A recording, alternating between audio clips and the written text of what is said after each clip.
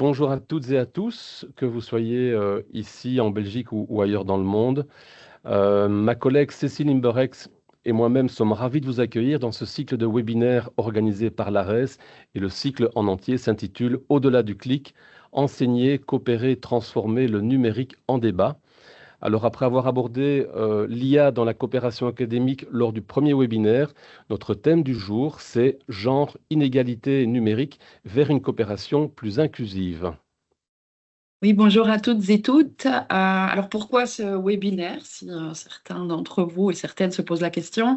Eh bien parce que les inégalités de genre restent aujourd'hui un enjeu majeur dans le monde et tout particulièrement dans l'environnement numérique. Alors il y a des avancées bien sûr, mais les femmes et les filles rencontrent encore de nombreux obstacles dans l'accès et l'usage des technologies numériques. Elles restent par exemple complètement sous-représentées dans les filières de formation et par conséquent aussi dans le monde professionnel. Parmi les principaux freins, on retrouve notamment le poids des normes de genre et l'image encore très masculine qui colle au secteur. À l'échelle mondiale, les enjeux sont considérables. Le numérique structure désormais l'accès à l'information, à l'éducation, aux services publics, à la santé, à la participation citoyenne et à l'innovation. Et il peut aussi reproduire, voire amplifier les inégalités existantes. Sous-représentation des femmes dans des métiers rémunérateurs, biais des algorithmes, violences faites aux femmes en ligne, moindre accès aux équipements et à la connectivité, ou encore moindre visibilité des femmes dans les espaces numériques de production de savoir et donc de pouvoir. Dans ce contexte, la fracture numérique est une fracture de genre, une fracture sociale et une fracture géographique. Intégrer une perspective de genre dans les politiques, les pratiques et les projets numériques est donc essentiel. Cela suppose d'identifier des obstacles spécifiques, de mesurer les effets différenciés de nos interventions et de concevoir des programmes qui renforcent l'autonomie, la participation et la sécurité des femmes et des filles. Dans le webinaire aujourd'hui, nous allons explorer à la fois les freins structurels, mais aussi les leviers d'action pour construire un monde plus inclusif, plus numérique, plus juste et plus équitable. Alors, pour en parler de ce thème-ci, nous avons le plaisir d'accueillir 4 personnes issues du monde académique, mais aussi du monde du secteur public, à savoir Linda Caninda, Perrine Brodkorn, Sébastien François et Julie Henry. Alors, tour à tour, nous allons les interviewer et nous proposons au public que vous puissiez leur poser vos questions au terme des 4 interviews. Alors, notre première invitée intervient depuis Lubumbashi. Elle s'appelle Linda Caninda Chitwala. Alors, Linda est détentrice d'un doctorat de l'Université de Bordeaux-Montaigne et d'un master en ingénierie pédagogique. Linda, vous êtes aussi enseignante au département des sciences de l'information et de la communication à l'Université de Lubumbashi depuis 2011. Et depuis plusieurs années, vous accompagnez l'implémentation de projets internationaux d'intégration du numérique dans les systèmes éducatifs dans plusieurs pays africains. Alors, dans vos recherches, vous êtes aussi active sur les représentations de l'intelligence artificielle en Afrique. Alors, une première question, Linda, sur le campus de l'UNILU où vous enseignez, comment les enjeux de la digitalisation sont-ils vécus par les étudiants d'une part, mais aussi par les enseignants? Merci beaucoup pour l'invitation. Je suis très heureuse de rejoindre ce webinaire autour de la question du numérique, une question que je garde, que j'affectionne particulièrement depuis le début de mon parcours d'enseignante. J'aimerais quand même faire un petit pas en arrière. Pendant longtemps, l'intégration du numérique dans l'enseignement, dans la formation, ce n'était pas une priorité au niveau de notre institution, ni même au niveau de l'État. Bien que depuis 2010-2011, il y a des initiatives intéressantes. Et dans notre université, le service des ressources informatiques sous l'égide du rectorat avait publié déjà un plan de modernisation de l'UNILU, donc l'université de Lubumbashi. La priorité de l'époque était la gestion complète de la scolarité des étudiants, qui devait aboutir finalement à une série de politiques de formation au numérique et à l'enseignement, numérique pour la recherche et numérique pour l'administration. Il y a eu beaucoup d'initiatives collectives et personnelles autour de l'enseignement ouvert à distance, autour de l'enseignement soutenu par le numérique basique et maintenant le numérique avancé, dit avancé avec les IAG. Nous avons enregistré dans tout notre parcours depuis 2011, oui, des fortes résistances au niveau et des enseignants et des étudiants, mais essentiellement des enseignants. Je suis également formatrice des formateurs et la résistance la plus forte était à ce niveau-là. Et pour ce faire, j'ai même écrit un article qui revient sur le titre, il est révélateur. Il dit ces trucs, c'est pour les jeunes. Pour vous dire à quel point, à l'époque, justement, le numérique, le digital, c'était pas une question, c'était vraiment pas une priorité. C'était plus un embêtement qu'autre chose pour le corps enseignant. Mais actuellement, le numérique est devenu une norme et donc les enjeux deviennent différents. Et l'appropriation également et les usages sont très révélateurs de quelque chose de positif. Du point de vue des enseignants, les pratiques d'enseignement sont davantage techno-pédagogiques, donc la pédagogie assistée, appuyée par les technologies. Et d'ailleurs, ces pratiques d'enseignement ont été acquises et renforcées pendant la période Covid, donc la période qui s'imposait à nous, l'éloignement géographique, la fermeture des lieux de regroupement, donc les écoles. Et là, maintenant, d'ailleurs, on est plus ou moins sous épidémie Ebola, donc peut-être que les enjeux ou la priorité sera encore beaucoup plus accentuée. Et pendant cette période, justement, on a eu à former un certain nombre de formateurs, donc d'enseignants, ciblés, organisés par faculté ou par session de renforcement de capacité organisée, entre autres, avec l'appui de nos partenaires, dont l'AUF. Du point de vue des étudiants, cette fois-là, le numérique s'est vraiment démocratisé et aujourd'hui, davantage à travers les usages de ce qu'on appelle les IAG dans le monde académique, pour des besoins d'auto-formation, pour des besoins de recherche documentaire. Bien que nous, les formateurs, sommes encore en train de nous battre pour encadrer ces usages qui, quelquefois, sont abusifs, non intègres et peu responsables. Mais pour revenir sur la thématique du jour qui met un accent sur les disparités de genre, les particularités concernant la population féminine, j'aimerais quand même en parler déjà. Les enjeux de digitalisation sont peut-être peu créatrices d'inégalités nouvelles en pédagogie, mais elles rendent beaucoup plus visibles les écarts qui existaient déjà existants, dû justement au taux d'achèvement encore faible chez les filles à l'école au niveau pré-universitaire. Donc, on reçoit beaucoup moins de jeunes filles à l'entrée de l'université.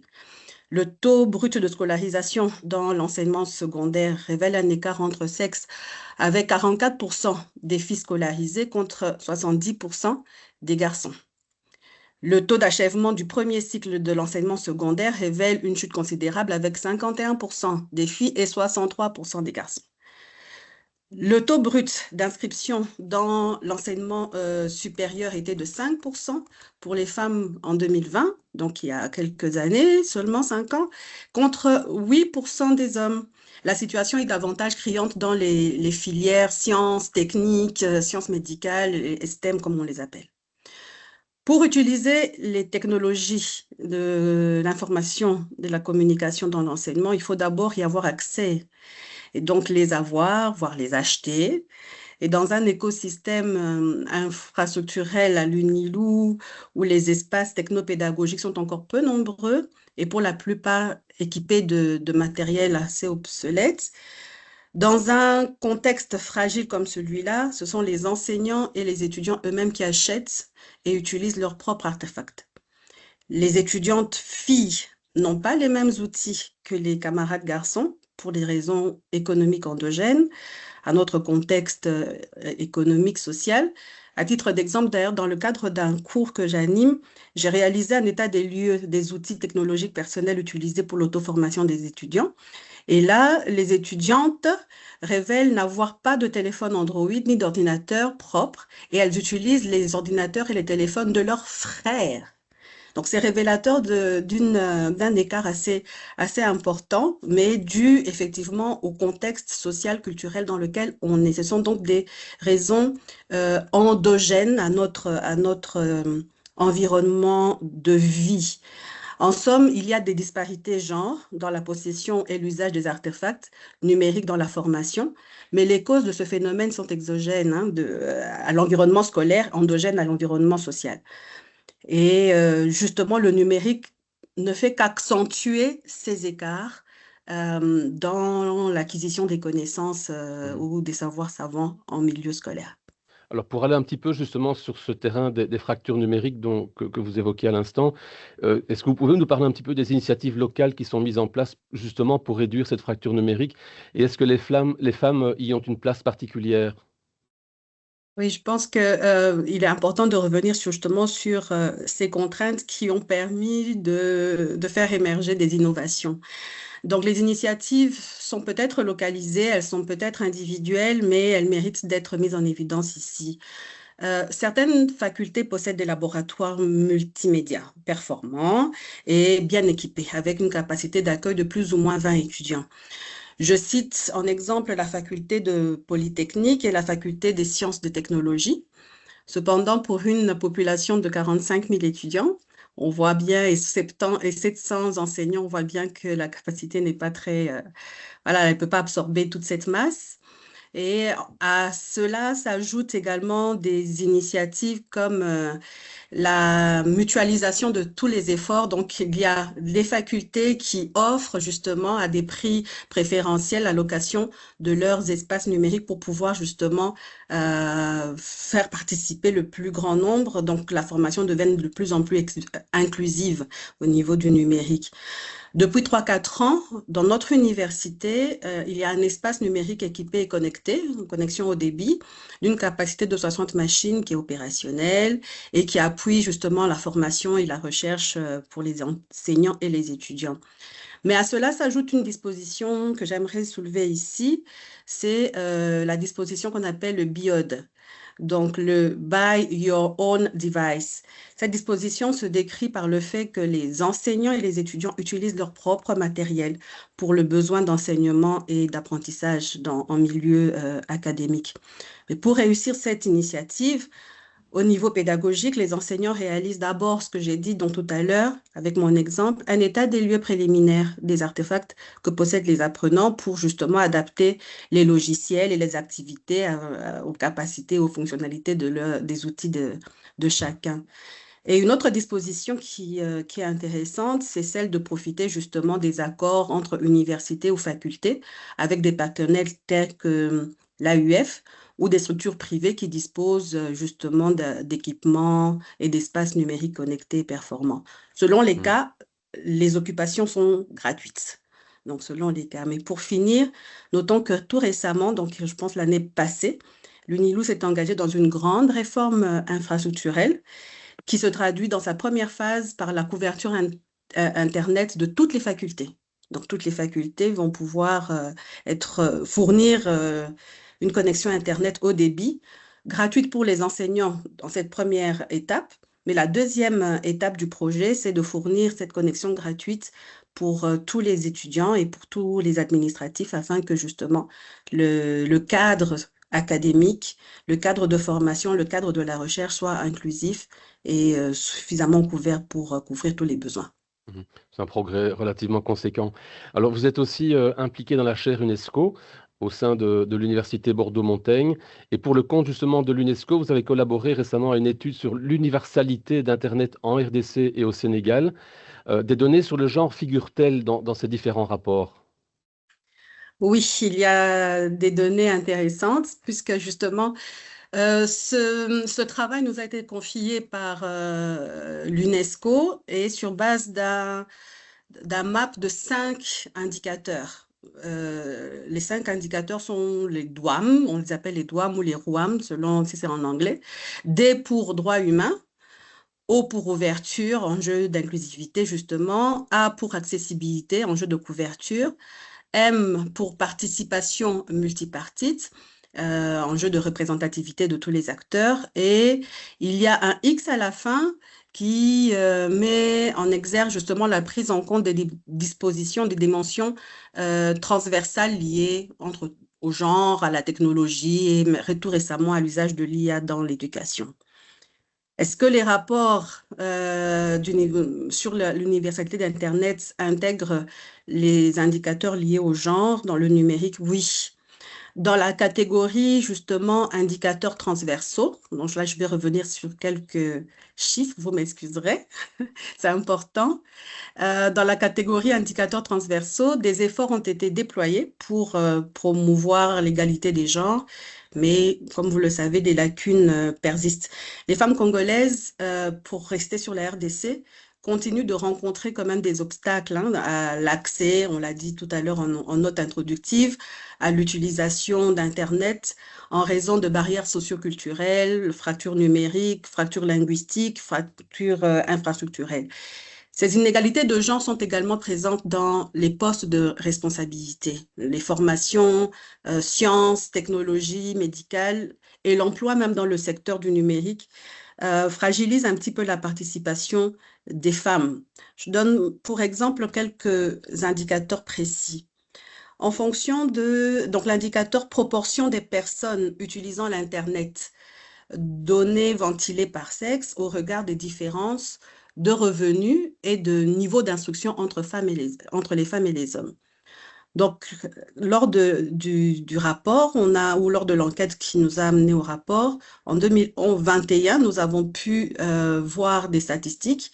Selon l'Union internationale des télécoms, 23% de la population utilise Internet en RDC. Et les pourcentages remontent quelques années avant, pour 7% de femmes et 14% d'hommes. Fragile. Le degré de ventilation par sexe des données disponibles sur l'accès et l'utilisation des TIC. Il y a le Digital Inclusive Scores, c'est un rapport international qui, en 2021, nous présentait la fracture numérique en montrant les chiffres de 51% chez les femmes et 74% en zone rurale des personnes qui ne disposent pas justement d'accès aux outils numériques. 74%, 51% des femmes n'utilisent pas le numérique et 74% de ces femmes-là sont en zone rurale. Fragilité et écart considérable. Proportion des internautes qui utilisent les réseaux sociaux et les médias sociaux ventilés par genre. En 2022, la RDC comptait près de 6 millions d'utilisateurs Facebook, soit 5% ou 6% de la population totale. Et les hommes représentent 62% de cette population. Les hommes âgés de 18 à 24 ans représentent 62%. Donc, la fracture entre les femmes et les hommes s'observe chez les personnes. L'intelligence artificielle générative est cruciale pour la formation. Elle permet de créer des parcours Il y a une petite interférence. Une petite interférence de l'IA. Oui, je l'entends bien. Ouais. On continue donc On pour les continue, réseaux sociaux. Justement, au niveau d'Instagram, il y a 600 000 utilisateurs et nous avons une population masculine de 67%. Et pour l'usage de Messenger, toujours en 2022, fin 2022, les statistiques représentent 6 millions d'utilisateurs de Messenger, mais 62% d'hommes. Donc, on se rend compte que véritablement, il y a un gros souci de représentativité à ce niveau-là. Et même au niveau de l'incidence et du harcèlement, de la violence en ligne liée au genre sur les femmes, il y a également une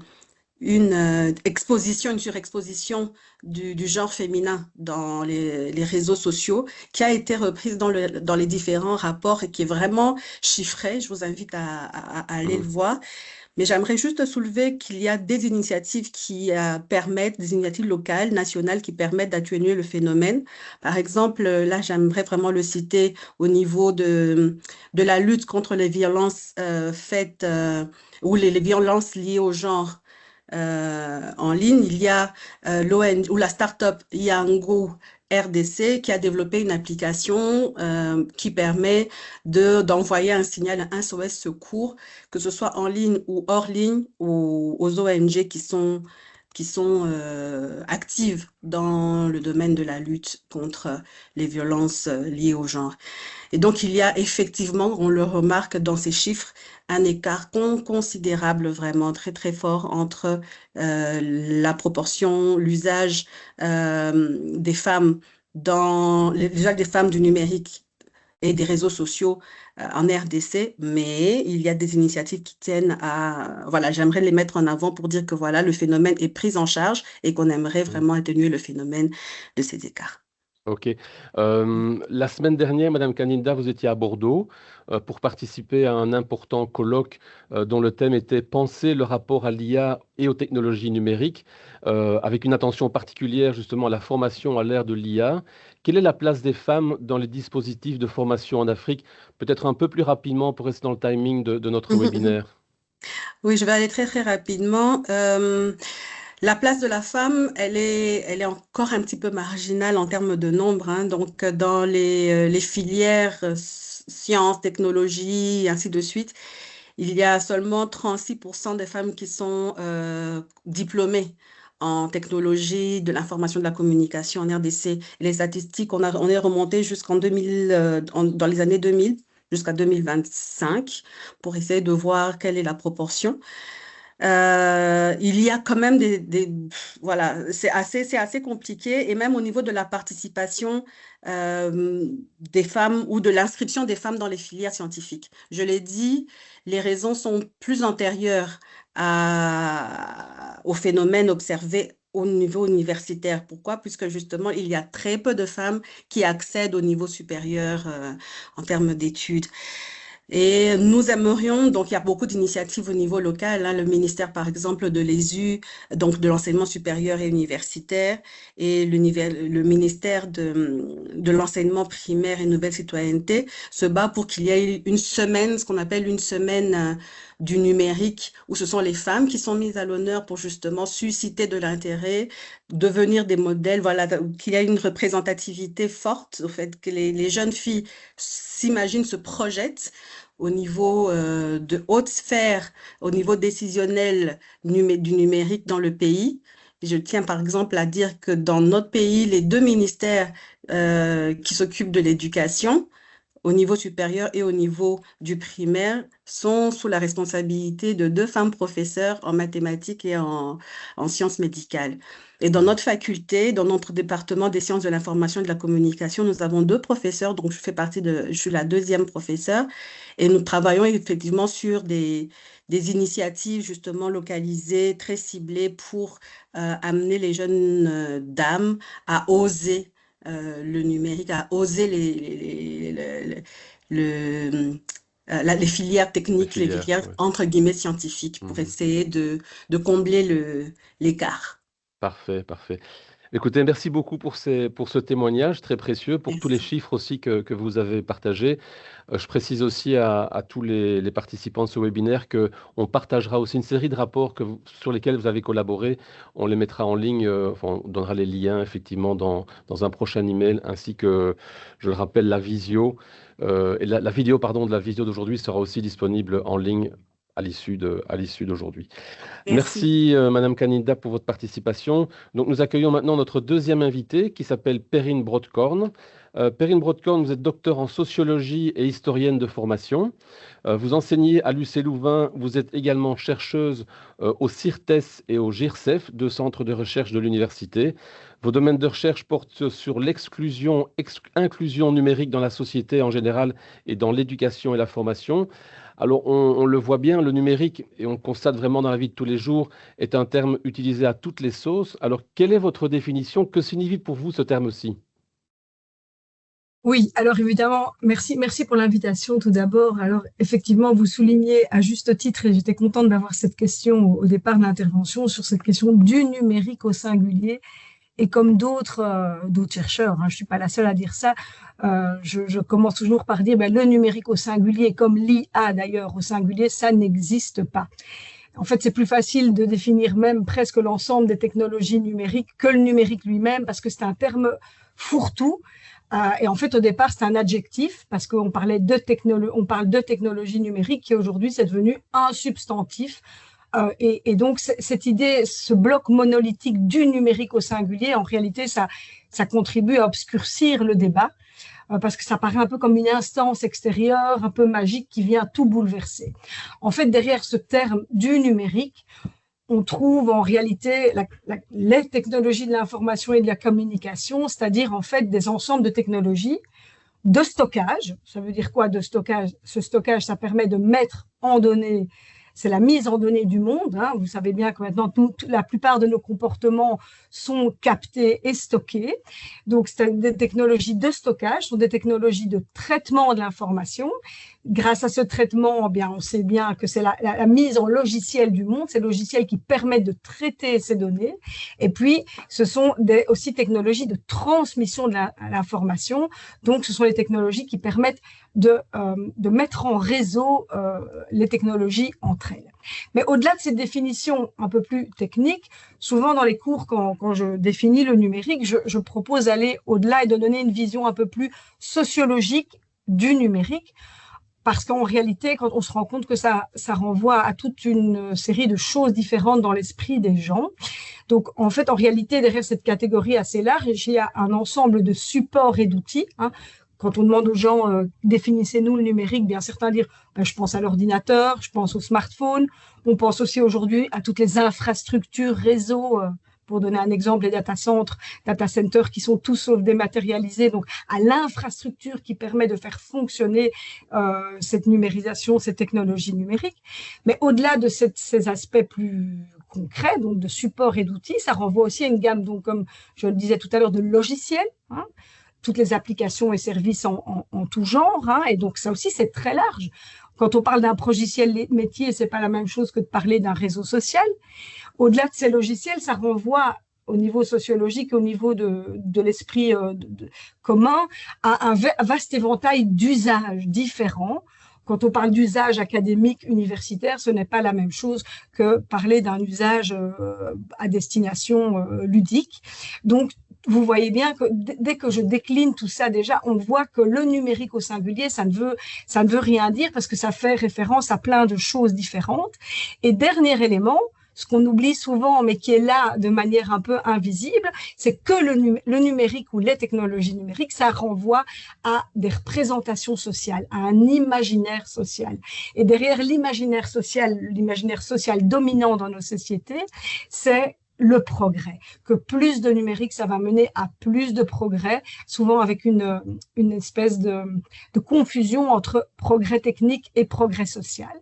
Alors, un dernier élément par rapport à cette définition, l'idée générale, cette appréhension un peu monolithique d'un bloc comme ça, qu'on ne différencie pas, en fait, ça donne donc, comme je le disais tout à l'heure, un aspect magique et ça contribue à développer soit un sentiment de fascination, soit un sentiment de peur, parce que ça nous paraît comme quelque chose qu'on nous impose de l'extérieur et ça mène à des discours du genre le numérique l'IA va remplacer notre job, alors que c'est important en réalité dans la recherche, le premier réflexe c'est de dire de quelle IA on parle, de quel numérique on parle, de quelle technologie on parle et quelle fonction elle a, quels effets elle risque potentiellement d'avoir.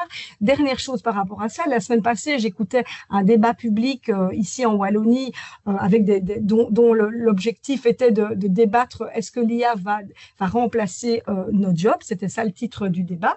Et dans la salle, les spécialistes, alors il y en a eu un, mais les personnes du monde de l'entreprise, sans jeter la pierre, tout le monde parlait de l'IA au singulier. À un moment donné, on avait possibilité de poser des questions et moi, j'ai écrit comme remarque en numérique, les questions se posaient via numérique en disant mais de quelle IA on parle? Parce que l'IA générative, évidemment, ce n'est pas la même chose que l'IA, par exemple, de prédiction de fraude fiscale, par exemple. Donc, important de définir clairement les termes et de les mettre en contexte pour un peu mieux appréhender les effets de ces technologies numériques. Au quotidien, on a vraiment l'impression, effectivement, nous assistons à une numérisation du monde à marche forcée, sous prétexte que tout cela va nous faciliter la vie. Est-ce que c'est un sentiment que vous partagez?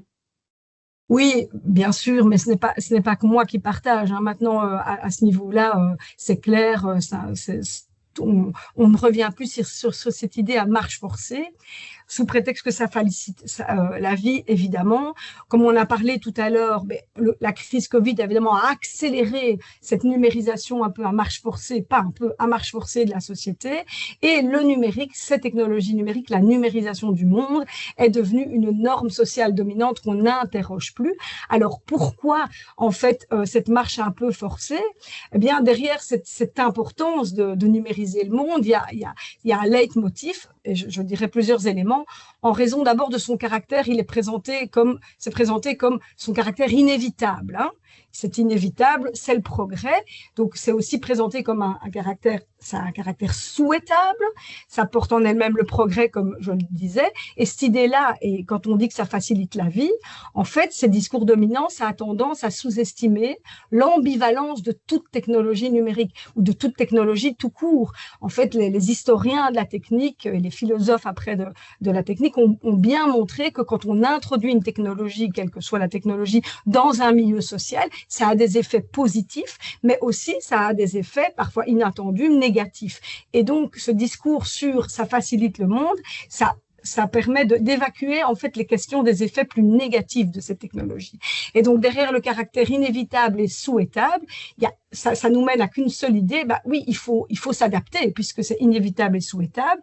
Et alors, il y a une phrase que j'aime bien de Luc Boltanski, qui est un sociologue français critique, qui explique que, en fait, ce discours de présenter tout changement comme à la fois inévitable et souhaitable, que ce soit un changement en lien avec les technologies numériques ou autres, en fait, c'est une forme de domination qu'il appelle complexe dans nos sociétés capitalistes, parce que comme on présente les choses comme inévitables et souhaitables, il y a d'autres choix que de s'adapter. Et donc, en fait, la société est toujours en retard par rapport à ça. Et donc, l'élément aussi important à prendre en compte derrière cette idée-là, c'est que ça se développe aussi sous le couvert de la neutralité des technologies numériques. Cette numérisation à marche forcée, c'est vrai que souvent, moi je l'entendais encore à la radio la semaine passée, sur une bonne radio d'ailleurs, d'un intervenant qui disait « ce ne sont que des outils », en parlant de TikTok en particulier, tout dépend de l'usage que l'on en fait. Mais je ne dis pas que l'usage n'a pas important, mais en disant ça, c'est oublier évidemment que les choix techniques sont aussi toujours, et je crois que Julie reviendra plus tard dans le webinaire sur ces questions, sont des choix politiques, et donc c'est important de le rappeler. Et non, les technologies numériques en elles-mêmes ne sont pas neutres puisqu'elles sont conçues par des personnes qui sont situées socialement, donc qui ont une position dans la société et qui injectent des normes dans ces technologies. Et donc surtout, c'est à marche forcée. Ce ne serait encore pas trop un problème, j'ai envie de dire, sauf que ça mérite quand même un débat démocratique.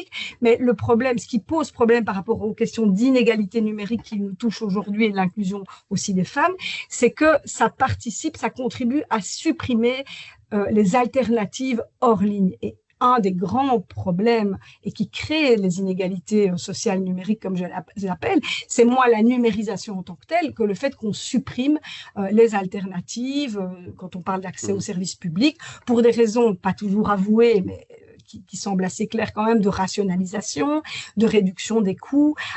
Et donc, on présente le format numérique de facto comme le format le plus pratique, sans en fait réelle preuve empirique, parce que toutes les preuves empiriques, quand on analyse ce qui se passe dans les services publics, on se rend compte que ça pose beaucoup aussi de problèmes une fois qu'on numérise sans qu'il y ait d'alternative. Et donc, une dernière chose à marche forcée, oui, parce que c'est vrai que, et là maintenant, il y a quand même beaucoup d'acteurs qui demandent un débat démocratique, mais on avance comme ça, sans vraiment réel débat démocratique, toujours sous couvert de la neutralité. C'est de la technique, donc ce sont des discussions d'ordre technique, donc c'est pour les ingénieurs et les spécialistes en technique, donc ce n'est pas à discuter politiquement, démocratiquement. Voilà ce que j'avais à dire pour cette question-là. D'accord. Alors, même si le numérique est partout autour de nous, il n'empêche pas les inégalités numériques. Pour vous, quels sont un peu les facteurs qui favorisent ces inégalités ?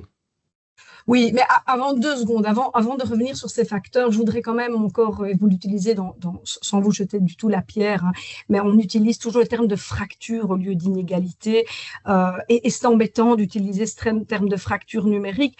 Alors vous allez dire qu'on fait peut-être un peu de chipot avec les mots en tant que sociologue ou en tant que chercheur, mais en fait les termes de fracture, choisir un mauvais mot, c'est aussi réfléchir à des solutions qui ne répondent pas toujours bien à cette question. Le terme fracture en mettant pas déjà le terme même dans inégalité numérique, si on ne met pas le terme social, on a l'impression que c'est un problème d'ordre technique numérique et donc il suffit de développer quelques formations techniques pour résoudre le problème.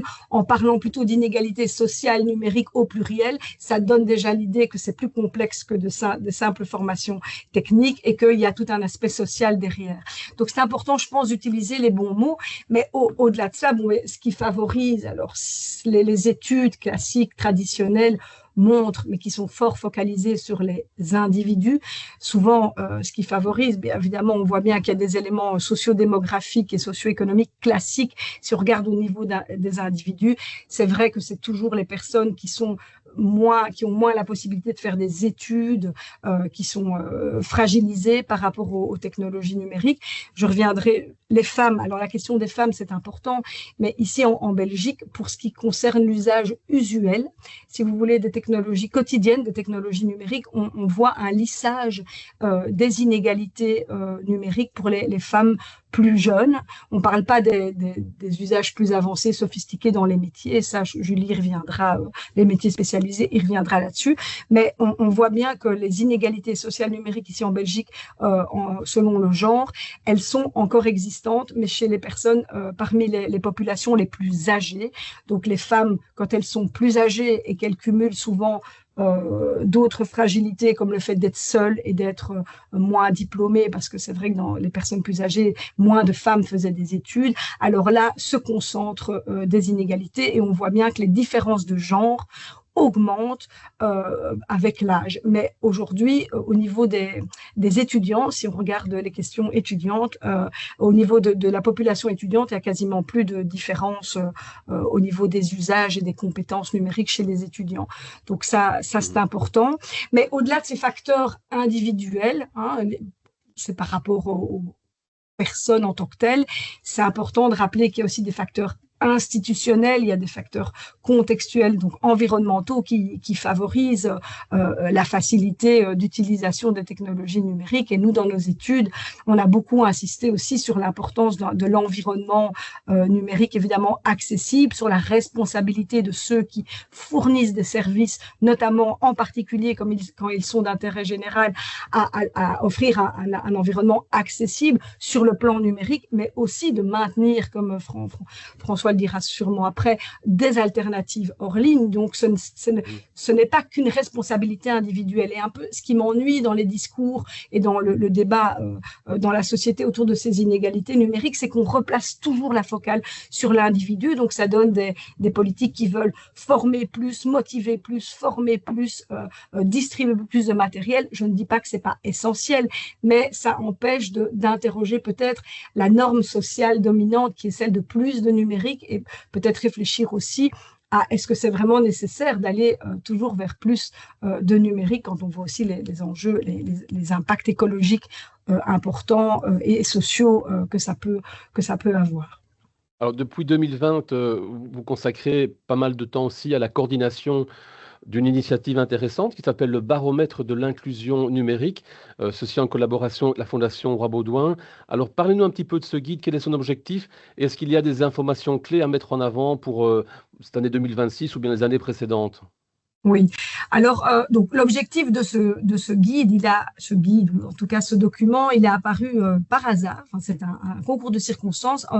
Juste au moment de la crise Covid, on l'avait prévu avant, et donc il a permis vraiment c'est un heureux hasard d'objectiver, en fait, le premier objectif, évidemment, c'est d'objectiver le phénomène, parce que juste avant la crise Covid, on entendait souvent des personnes qui disaient, maintenant c'est fini les questions d'inégalité, maintenant tout le monde est en capacité d'accéder, d'utiliser, maîtriser pleinement les technologies numériques, et la crise Covid a révélé que bien non, c'était pas le cas, et donc cette étude, qui est apparue pour la première fois en 2020, avait bien montré que c'était pas quelques laissés pour compte qui étaient sujets à cette vulnérabilité face à l'environnement numérique. Et la dernière année, les derniers chiffres qui a fort circulé, qui est un peu le chiffre clé du baromètre d'il y a 2 ans, c'est le chiffre de 40% des Belges, toutes catégories sociales confondues, de 16 à 74 ans, sont en situation de vulnérabilité numérique. En fait, ce chiffre de vulnérabilité numérique, on ne comprend pas toujours ce qu'il y a derrière. En fait, on additionne simplement les personnes qui sont non utilisatrices avec les personnes qu'on considère comme ayant de faibles compétences numériques. C'est calculé au niveau européen, ces compétences numériques. Alors, la grande nouveauté de ce baromètre que je suis en train de réaliser, qui va paraître en septembre, c'est que pour la première fois, il y a les plus de 74 ans qui sont pris en compte dans l'échantillon. On a beaucoup dit que c'était important de les prendre en compte. Et donc, le nouveau chiffre qui va, un peu phare de ce baromètre qui va apparaître, c'est que quand on prend en compte les plus de 74 ans, eh bien, on maintient, on était à 40%, on est sur du 41% de personnes qui sont en situation de vulnérabilité numérique, toutes catégories sociales confondues, donc de 16 à 89 ans. Et si on regarde que la population d'avant, qui était 16-74, on ne diminue pas fortement puisqu'on est à 39% de la population dans cette situation. Alors évidemment, ce sont des moyennes.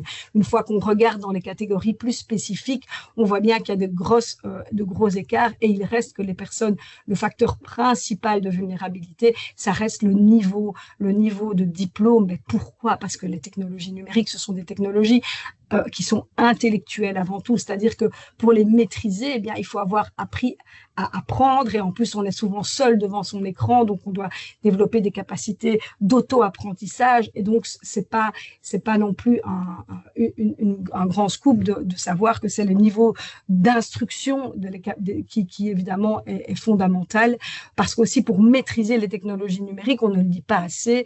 Enfin, UNIA le dit beaucoup et d'autres associations le soulignent beaucoup, mais il faut maîtriser les compétences de base en lecture et en écriture. Et donc, évidemment, tout ça, ce sont des conditions à l'accès à des technologies numériques qui restent des outils intellectuels. Et donc, pour terminer là-dessus, par rapport au baromètre, les femmes dans tout cela, mais comme je le disais, elles ne sont pas très présentes dans le baromètre. Pourquoi? Parce qu'en réalité, aujourd'hui, comme je le disais, les inégalités au niveau des usages sont relativement lissées dans les plus jeunes générations, mais il reste évidemment des inégalités quand on regarde dans les populations plus âgées et quand on cumule d'autres formes de vulnérabilité comme l'isolement et le niveau d'éducation notamment. Ok, merci pour votre témoignage, Madame Rothkorn. Donc, à nouveau, on pourrait effectivement synthétiser tout cela dans une communication ultérieure, et on remettra effectivement la vidéo en ligne. Merci pour votre participation. Donc, on accueille maintenant notre troisième invité qui s'appelle Sébastien François. Sébastien François, vous êtes collaborateur au service politique et monitoring des politiques publiques d'UNIA. UNIA, c'est une institution publique, enfin, c'est l'institution publique interfédérale indépendante qui lutte contre la discrimination et qui promeut l'égalité. Au sein d'UNIA, vous êtes également coordinateur d'un groupe de travail transversal inégalité et numérique. Alors, cette première question au niveau de l'institution publique au sein de laquelle vous travaillez, quel est le mandat d'UNIA pour lutter contre les discriminations dans l'univers du numérique ? Alors d'abord, bonjour à toutes et tous, où que vous soyez, et un tout grand merci à l'ARES pour cette invitation. Alors en fait, UNIA n'a pas un mandat spécifique pour travailler sur l'univers du numérique, mais travailler sur ces questions entre pleinement dans les mandats plus généraux, plus structurels de lutte contre les discriminations. Alors pour rappel, UNIA est un service, vous venez de le dire, indépendant, interfédéral de lutte contre les discriminations et de promotion de l'égalité. Et la boussole de notre travail, la base, ce sont les législations de lutte contre les discriminations. Vous savez que la Belgique est un pays compliqué, donc on a pléthore de législations, puisque chaque entité en Belgique dispose d'une législation propre sur les luttes contre les discriminations. Et donc, dans cette législation, on voit que cette législation s'applique à certains domaines. Et donc, en fait, elle s'applique à tous les domaines, et dont à l'emploi, à la santé, à l'enseignement, à l'accès aux services publics, aux banques, aux assurances, au transport, etc., qui sont les principaux domaines dans lesquels se pose la question de l'exclusion numérique, des inégalités numériques. On voit par ailleurs que dans ces législations, il y a des critères critères dits protégés, qui sont en fait des caractères propres aux personnes. Et on voit là aussi que les critères protégés, nous, on s'occupe de 19 critères en Belgique. La question du handicap, de l'âge, de l'origine et de la situation économique et sociale, l'origine nationale, la question de la langue, etc. Ce sont des critères protégés par les législations et ce sont aussi en fait les principaux critères qui sont impactés par la question des inégalités numériques. Donc on travaille pleinement, on a vraiment un mandat très ouvert pour travailler sur ces questions. Je ne parlerai pas ou peu du genre parce que il est clair que le genre et que les femmes sont plus impactées par la question du numérique que les hommes, et je pense que ça a déjà été dit auparavant, mais aussi parce qu'UNIA ne travaille pas sur la question du genre. Ce n'est pas un critère protégé sur lequel nous travaillons. La Belgique est compliquée, et donc la question du genre, c'est un critère à part qui est géré par un autre institut qui est l'Institut pour l'égalité des femmes et des hommes. Donc je ne vais pas mettre un focal sur le genre. Alors pour la petite histoire par rapport à ce mandat, c'est vrai que UNIA était pleinement conscient des bouleversements numériques qui intervenaient dans la société, que ça avait un impact, mais on travaillait quasiment pas sur cette question, c'était passé un peu sous les radars. Pourquoi? Parce que très peu de gens se tournent vers UNIA par rapport à cette question. Et donc, ça montre que beaucoup de gens, quand ils se retrouvent face à des problématiques à utiliser les outils numériques et à devoir réaliser des procédures digitales, et quand ils ont des problèmes, ils ne font pas le lien entre ce problème individuel avec un problème peut-être plus structurel, plus sociétal, et au fait que ça pourrait être une discrimination et que UNIA pourrait leur venir en aide. Donc, on avait peu de signalements et on a ouvert peu de dossiers. Depuis 2017, on a ouvert plus ou moins, on a reçu 250 signalements, ce qui peut paraître beaucoup, mais si on compare ça à d'autres domaines et à d'autres critères protégés sur lesquels on travaille, en fait, c'est très très peu.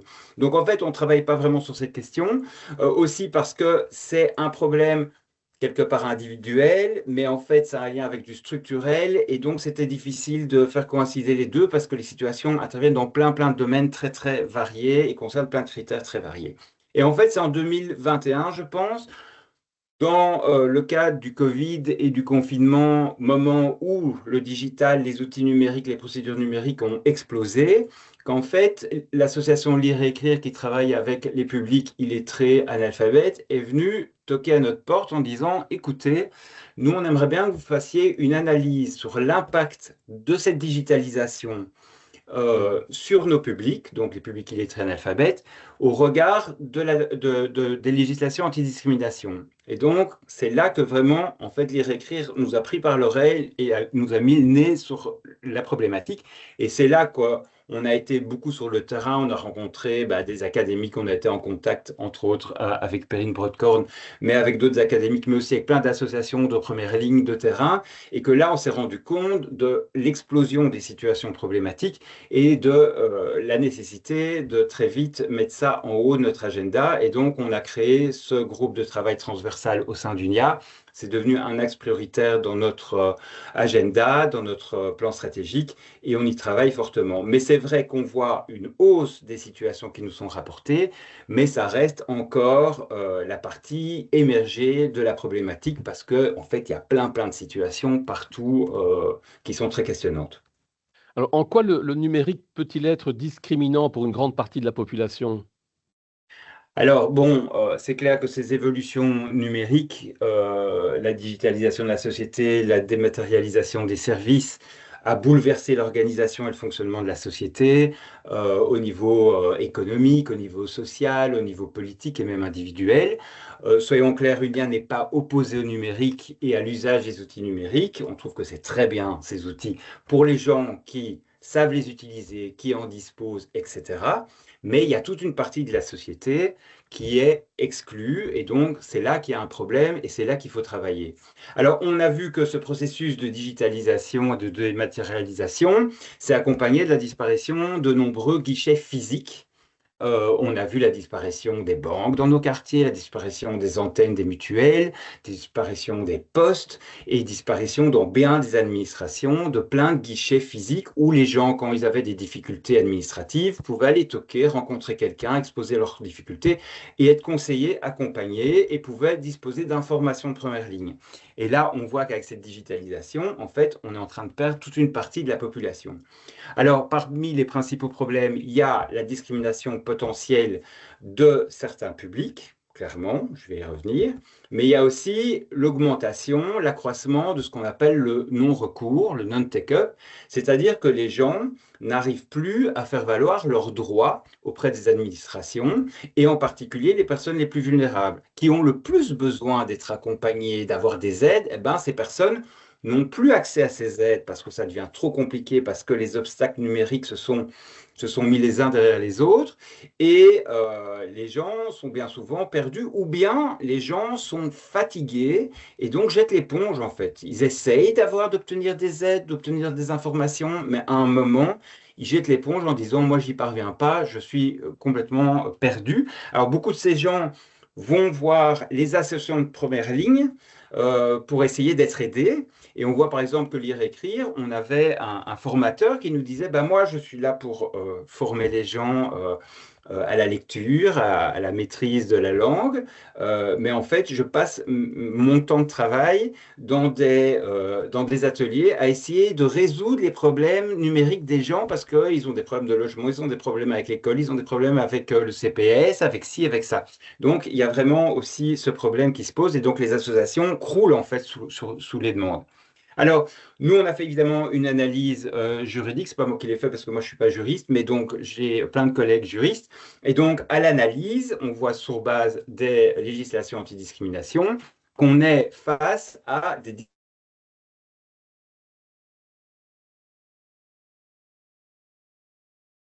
c'est-à-dire que c'est une mesure qui s'applique à tout le monde, de la même manière. Tout le monde est traité de la même manière. C'est une opération, une mesure qui semble neutre. Il n'y a pas de traitement différencié entre les publics. Mais en fait, on voit que par rapport à cette mesure, à ces décisions, à cette digitalisation des procédures, des services, eh ben, il y a une partie de la population qui est moins armée, qui ne maîtrise pas les compétences pour utiliser ces outils, d'autre part qui ne dispose peut-être pas ces outils, puisque ces outils sont coûteux, il y a des évolutions constantes, et donc ces personnes, en fait, sont discriminées parce qu'en fait, elles n'arrivent pas à interagir dans cette nouvelle société digitalisée. Alors, on voit, et les chiffres, Perrine les a donnés il y a 2-3 minutes, donc que 4 personnes sur 10 en Belgique entre 16 et 74 ans sont en situation de vulnérabilité numérique. On voit que les personnes principalement impactées sont les personnes âgées, les personnes en situation de handicap, les personnes qui sont en situation de précarité sociale et économique, les personnes analphabètes et illettrées, et les personnes qui maîtrisent moins bien les langues nationales ou qui ne les maîtrisent pas.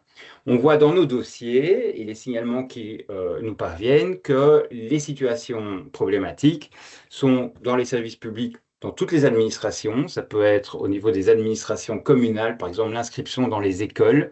C'est un problème vraiment important et ça, c'est géré au niveau communal, mais ça concerne les administrations régionales et également les SPF au niveau du fédéral. Mais ça concerne évidemment tout ce qui est privé aussi. Et donc, on voit que les commerces, les transports, les banques à assurance, les domaines de santé, les domaines des soins, tout ce qui est protection sociale, tout ce qui est emploi et enseignement, en fait, on a plein de signalements qui se rapportent à tous ces domaines et sous-domaines. Voilà. Alors, vous agissez, on l'a bien compris, essentiellement en Belgique avec Ounia. Néanmoins, vous n'êtes pas coupé du monde. Vous participez aussi à une série de colloques à l'international. Quel est un petit peu est-ce qu'il est possible de faire un point de comparaison avec d'autres pays ailleurs dans le monde de la situation que vous rencontrez en Belgique? Oui, alors évidemment, cette problématique n'est pas propre à la Fédération Wallonie-Bruxelles ou la Belgique, évidemment. Ça concerne les 4 coins du monde et tous les pays sont impactés, même si tous les pays ne sont pas au même niveau, parce que la digitalisation des services n'est pas toujours au même niveau, n'a pas la même rapidité. Nous, on voit par exemple assez proche de nous, en France, le défenseur des droits, qui est un peu le pendant d'UNIA en France, travaille depuis des années sur cette problématique et tire la sonnette d'alarme depuis des années en faisant des analyses d'impact de la digitalisation des services publics et privés et a formulé pas mal de recommandations.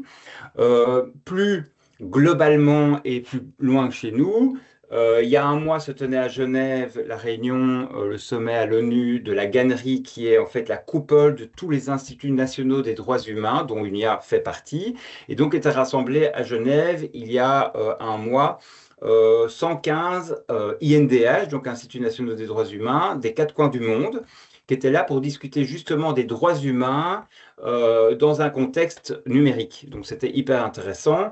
Et donc ces 115 institutions étaient là pour discuter de ce qu'ils vivaient dans leur propre pays, de ce qu'ils mettaient en place ou pas, etc., etc. Bon, ce qui était intéressant, c'était de voir que, évidemment, la première question était, la première inquiétude, c'était l'IA. L'IA était sur toutes les bouches et donc là, il y a vraiment une grande inquiétude. Mais je dirais qu'après, en second rang, la problématique qui revenait un peu partout, c'était justement ça, la digitalisation qui gagne partout, la digitalisation de tous les services, l'exclusion d'une partie de la population, la nécessité de maintenir des procédures inclusives, de pouvoir accompagner les gens, de maintenir des alternatives aux voies numériques. Parce que ça, j'en ai pas encore parlé, mais c'est vrai que nous, ce pourquoi nous plaidons, c'est que à côté des voies numériques et des procédures numériques et de l'usage des outils numériques, on puisse maintenir des voies pleinement physiques, c'est-à-dire des guichets physiques, la possibilité d'interagir par téléphone et par courrier, que ce soit cumulatif, et donc on soit, quand le citoyen, l'usager est face à des procédures à devoir mener, il est deux voies qui soient sur un même pied d'égalité, c'est la voie numérique d'un côté, les voies physiques de l'autre, que ce soit aussi efficace, que ce soit pas plus coûteux d'aller vers le non numérique, et qu'on ait le choix de laisser à l'usager, au citoyen, la possibilité de choisir la voie numérique ou les autres voies, et ça, ce sera vraiment une approche pleinement inclusive. Donc voilà, donc au niveau international, la problématique est pleinement partagée. Et c'est vrai que nous, on voit pas mal de dossiers qui rentrent chez nous et de signalements. Si on voulait intervenir sur tous ces signalements qui rentrent, vu la complexité, ça concerne plein de domaines différents, plein de critères différents, on devrait avoir 3 fois plus de collaborateurs chez UNIA, ce qui est évidemment pas possible. Et donc, on se dit que le travail qui doit être mené, c'est un travail qui doit être mené au niveau international.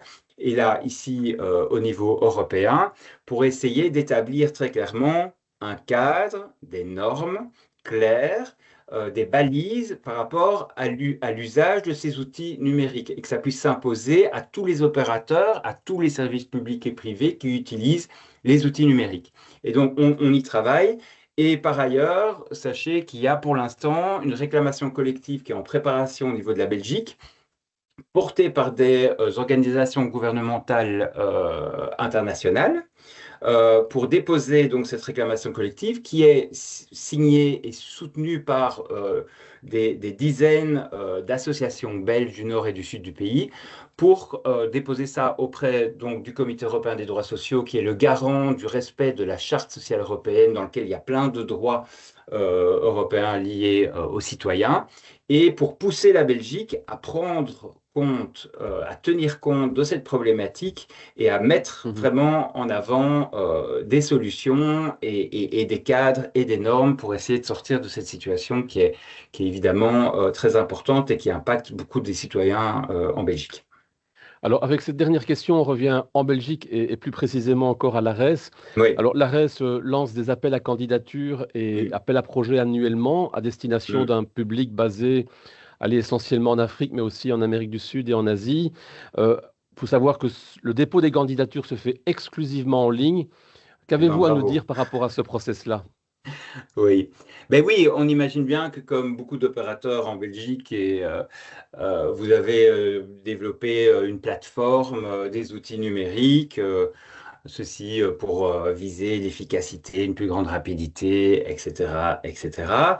On voit que partout, les services publics font de même et c'est souvent sous sous couvert. Enfin, la motivation, c'est l'efficacité, évidemment, la rapidité, mais c'est aussi, on nous dit, c'est positif pour l'environnement. On voit bien que le développement des serveurs partout dans le monde est une catastrophe écologique, donc environnementalement, c'est pas une réalité. On dit aussi, on mobilise la question de faire des économies. On a eu des rencontres avec des gens qui, au sein des services publics, sont en train de mettre en place toute cette digitalisation, ce basculement digital. Ils nous disent on n'a pas de recul pour vraiment pouvoir faire une analyse des coûts-bénéfices financiers, mais en fait, ils disent on n'est pas du tout sûr que c'est des économies parce que ça nécessite de mobiliser beaucoup de moyens, c'est des investissements énormes, ça nécessite de former aussi tous les fonctionnaires et ça évolue super vite. Et donc, il faut tout le temps réinvestir des moyens pour suivre l'avancée des technologies, mais aussi former en continu les fonctionnaires. Et sachons que bien des fonctionnaires sont perdus par rapport à ce basculement aussi, en fait, sont sous-formés et n'estiment pas que c'est une avancée, que ça améliore leur travail et leur qualité de vie. Alors, par rapport à l'ARES et au fait que vous travaillez exclusivement avec le digital, et vous n'êtes pas les seuls, c'est vrai que nous, si on a quelque chose à plaider, c'est que à côté de ces outils numériques et de ces plateformes qui permettent voilà, de déposer son dossier dans le cadre des appels à projets, c'est que vous mainteniez des voies autres, c'est-à-dire des voies physiques, c'est-à-dire de laisser encore l'opportunité aux gens, alors ça va peut-être faire sourire, mais de déposer des dossiers papier, de pouvoir l'envoyer par un simple mail, de pouvoir avoir des contacts avec vous par téléphone, de pouvoir être accompagné dans la préparation de ce dossier pour pouvoir le déposer, parce que là, on ne crée pas d'obstacles, on permet de toucher tout le monde, clairement, c'est pleinement inclusif et on est complètement... ce qui fonctionne pour les personnes les plus vulnérables fonctionne pour tout le monde, en fait. Et donc là, c'est vraiment une solution la plus ouverte possible et ça vous permettra de toucher des publics qui, aujourd'hui, en fait, jettent l'éponge et ne viennent pas à vous parce que en fait c'est trop compliqué et l'obstacle est trop grand en fait. Et autour du développement de ces voies, alors je ne vais pas les appeler alternatives parce que pour moi ça doit être deux voies qui sont au même niveau à égalité, c'est de faire une bonne communication par rapport à ça. Au fait qu'il y a moyen de vous apporter, de vous envoyer, de vous transmettre, de vous déposer des dossiers par d'autres voies que la plateforme qui est pour l'instant la seule entrée. Donc il faut faire une bonne communication efficace avec tout multicanal pour vraiment informer sur le terrain de cette possibilité laissée de déposer aussi des dossiers par un autre mode. Donc voilà, et je pense qu'il est important aussi que cette question de la digitalisation puisse être discutée en fait, puisse être accaparée, qu'on puisse impliquer les personnes qui sont sur le terrain et qui sont aidées, qui sont accompagnées, qui sont soutenues dans leurs projets de cette question digitale et qu'elles aient aussi droit au chapitre en fait pour dire bah oui, nous ça fonctionne, bah nous on est complètement largués et en fait bientôt on n'arrivera plus à suivre la cadence. Donc il faut que cette thématique soit aussi discutée en fait entre les opérateurs et les agents sur le terrain. Voilà. Ok, merci pour vos conseils. Ce sera la réflexion de l'été ici à l'ARES, très certainement. Parfait. Merci à vous. Merci à vous. Voilà, notre quatrième et dernière invitée est Julie Henry. Julie Henry, vous êtes chef de projet STEAM à l'UNAMUR, l'Université de Namur. Alors STEAM pour Science, Technology, Engineering, Arts and Mathematics. Alors, vous avez un parcours atypique. Chimiste de formation, vous avez réalisé une thèse en didactique de l'informatique, mais vous êtes aussi forgeronne passionnée. Et je pense que c'est cette interdisciplinarité qui vous inspire, dites-vous régulièrement. Alors, votre expertise vous amène aussi à travailler sur la problématique du genre dans les études et les métiers technologiques, un domaine où vous avez constaté une sous-représentation marquée des femmes. Alors, le numérique et l'intelligence artificielle sont-ils sexistes? Et si oui, pourquoi?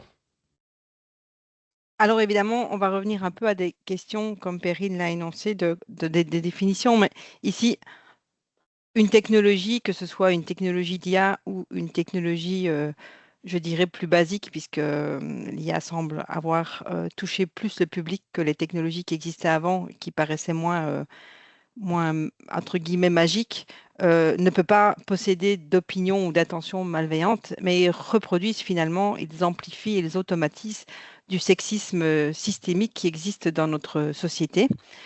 Et finalement, c'est eux c'est ces technologies qu'on va qualifier de sexistes parce que ce sont les résultats de leur traitement qui vont discriminer ici dans ce cadre peut-être les femmes. Et donc, c'est assez un déplacement de responsabilité finalement, hein. Donc, on va avoir des technologies comme les technologies d'IA qui vont apprendre dans leur processus d'apprentissage sur des données historiques auxquelles elles ont accès, avec ces données qui comportent finalement et qui contiennent tout ce qu'il y a d'inégalitaire dans nos sociétés. Et finalement, la technologie n'étant qu'un programme, avec un algorithme qui va s'exécuter, finalement, va reproduire ces inégalités comme il reproduirait une règle mathématique. Et donc, en rien, la technologie n'est sexiste, mais finalement, c'est ce qu'on va retrouver comme données qui vont alimenter ces technologies, mais c'est également probablement du sexisme qui peut exister au moment de la conception de la technologie elle-même. Et donc, à l'heure actuelle, puisqu'on a un gros déséquilibre au niveau de la diversité des équipes de conception d'outils technologiques, on dit souvent, finalement, les outils actuels, ils sont développés par des hommes et même des hommes blancs pour des hommes blancs. Et donc, forcément, ça va créer des angles morts face aux réalités et aux besoins, notamment des femmes, mais d'autres choses aussi. Donc, on est sur une question d'inclusion. Là, moi, je suis spécialisée dans les femmes, mais évidemment, on voit des exemples sur des personnes racisées. Il y a également énormément d'inégalités. Donc, je dirais, il n'y a pas de sexisme dans la technologie elle-même. Au sein de l'algorithme de la technologie peut-être, mais s'il est là, ce n'est pas la technologie qui est sexiste finalement, mais c'est celui qui l'a conçu ou c'est les données qui sont utilisées derrière. Quels sont les biais de genre fréquemment constatés et d'où proviennent-ils ces biais-là?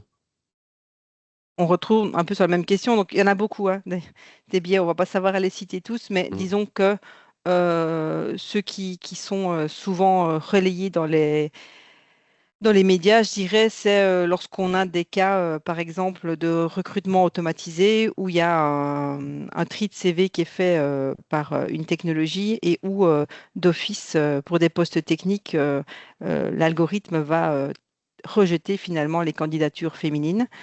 On a pas mal aussi débattu des problèmes de biais de traduction automatique où, lorsque vous passez d'une langue à l'autre, finalement, les technologies d'IA associent souvent les termes qui parlent de métiers techniques et scientifiques, donc les métiers STEM, plutôt au masculin, alors qu'il va mettre, par exemple, infirmière ou femme de ménage au féminin de façon automatique.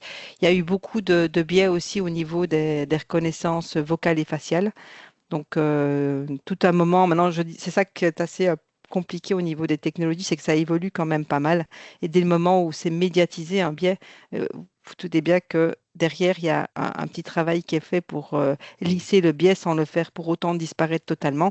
Mais tout un moment, les systèmes de bord de voiture comprenaient moins bien les voix des femmes, par exemple, qui étaient plus aiguës parce que ça avait été entraîné beaucoup avec des voix d'hommes plus graves. Et alors, il y a eu pas mal de biais aussi au niveau de reconnaissance faciale, hein. Donc, c'était plus difficile d'être reconnu, notamment quand on était une personne racisée par des technologies de reconnaissance faciale. Et tout un moment, par exemple, les assistants virtuels étaient des assistantes virtuelles. Et donc, on avait d'office mis par défaut des voix féminines sur tous ces outils qui étaient programmés finalement pour aider l'être humain, avec derrière le renforcement de stéréotypes au niveau de la femme au service des autres, quoi. Et donc, on va avoir des biais finalement, des biais qui sont à la fois des biais de données, mais également des biais de ce qu'on dit de labellisation.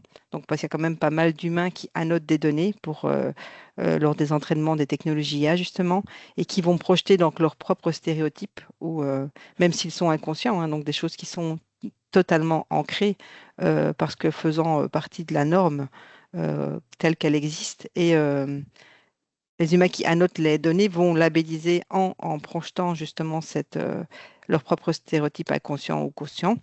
Et puis finalement, le côté de l'algorithme même, donc on peut avoir des biais de cadrage où souvent, ben, l'algorithme il est développé par une équipe de concepteurs.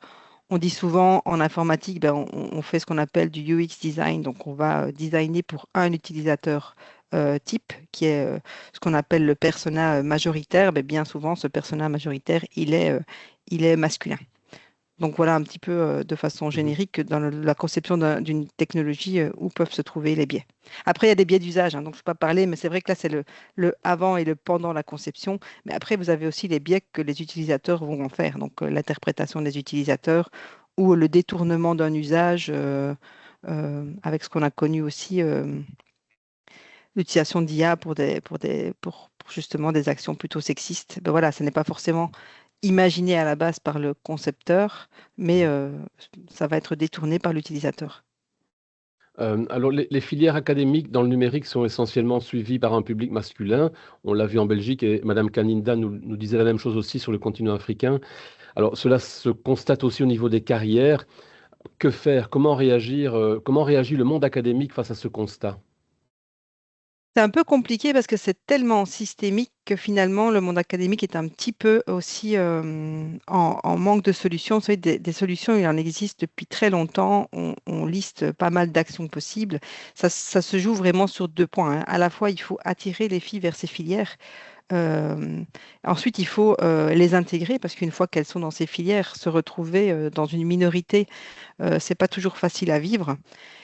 Et puis en plus, il faut les maintenir sur la longueur parce qu'on a cet effet justement de tuyau percé où on voit que même si on a un certain taux de filles à l'entrée, encore faut-il les garder jusqu'au bout. Et puis à l'heure actuelle, on va même au-delà finalement des études, puisqu'on remarque que dans les carrières, après 5 ans, il y a encore tout un départ de femmes par rapport à ces métiers. Et donc, il y a pas mal d'actions possibles, les plus connues étant effectivement de faire découvrir dès le plus jeune âge les options pour que les filles soient au courant des métiers possibles, parce qu'on ne peut pas imaginer un métier qu'on ne connaît pas. Et actuellement, les métiers, notamment dans le numérique, évoluent énormément et tellement rapidement que c'est difficile de suivre, même quand on est dans le domaine. Mhm. Il y a toute cette déconstruction de stéréotypes qui est à faire. Donc, on prône une éducation égalitaire et inclusive, mais c'est pas si évident que ça, puisqu'en fait, on a quand même pas mal de stéréotypes qui sont ancrés, et donc on le retrouve dans le discours des enseignants ou dans le discours des parents. Et donc, tout ça, ce serait à déconstruire le plus rapidement possible. Vous savez qu'on dit que dans l'enseignement primaire, par exemple, euh, des 5-6 ans, déjà, on voit des clivages qui se font et qui finalement sautent aussi. Enfin, ce qu'on dit, c'est que autant les parents peuvent faire des efforts sur les 3 premières années. Une fois qu'on est mis à l'école, il y a un enseignement d'un petit garçon et d'une petite fille. Et c'est pas un enseignement qui est voulu inclusif. Donc, de façon assez normative, on se retrouve à faire cet enseignement clivé. Et finalement, donc, les stéréotypes vont arriver assez facilement. Donc, il faut les déconstruire, mais ça demande quand même pas mal d'efforts. Au niveau sociétal, notamment pour les enseignants qui devraient se former, se sensibiliser à cette question-là. Parce que parfois, on se dit conscient, mais ça n'est pas pour autant que le discours suit. Il y a des programmes qui sont peut-être à revoir. Donc, on a des programmes qui sont très orientés techniques et visuellement, hein. Donc, je veux dire, si vous allez voir, par exemple, les petits folders de présentation d'études, de filières dans les universités, il y a beaucoup de stéréotypes déjà sur les petits carnets eux-mêmes, le discours qui est tenu aux portes ouvertes. Donc, il y a un côté qui est toujours très axé technique, mathématique, et qui peut-être décourage pas mal de jeunes filles, alors qu'il y a des approches qui sont maintenant montrées où on peut justement aller vers des choses plus axées sociétales, environnement, santé, donc des choses qui attirent plus un public mixte et justement retirer un peu ce côté trop carré et mathématique qu'on donne souvent aux études informatiques. Il y a les rôles modèles. Et puis, bien sûr, il y a tout ce qui est politique. Donc, il faudrait peut-être des bourses d'études, je ne sais pas moi, spécifiques pour les femmes dans les STEM ou ce genre de choses. Donc, il y a quand même pas mal de choses qui sont déjà mises en place, hein. Donc, par exemple, des plans lutte contre le harcèlement sexiste, ce genre de choses. Toutes les universités maintenant sont tenues d'avoir ce genre de plan. On a des plans genre. Donc, les choses bougent. Maintenant, ça ne bouge pas aussi vite qu'on le voudrait. Et les derniers résultats montrent que ce soit chez nous ou en France que on est plutôt en descente au niveau du chiffre qu'en montée actuellement. Ça. Peut-être que les solutions viendront du continent africain. Ce que vous nous disiez récemment en RDC et aussi au Rwanda, vous intervenez régulièrement, que au Rwanda notamment, que l'art peut jouer un rôle attractif, notamment pour les filières scientifiques. Est-ce que vous pouvez nous expliquer un petit peu ce quoi il s'agit? Oui, en fait, ici, ça part vraiment de ma position de chef de projet STEAM où entre STEM et STEAM, il y a ce A qui vient de l'art et qui est prôné comme étant un levier d'attraction massif, particulièrement pour les jeunes femmes. Donc, le fait de justement apporter euh, le côté artistique, créativité, design, graphisme, etc. Et donc, l'idée ici, c'était vraiment d'essayer de voir un petit peu comment on pouvait lier la créativité, parce qu'elle existe évidemment chez les ingénieurs, vous avez de la créativité, mais elle n'est jamais mise en avant comme réellement de la créativité avec des aspects extrêmement artistiques.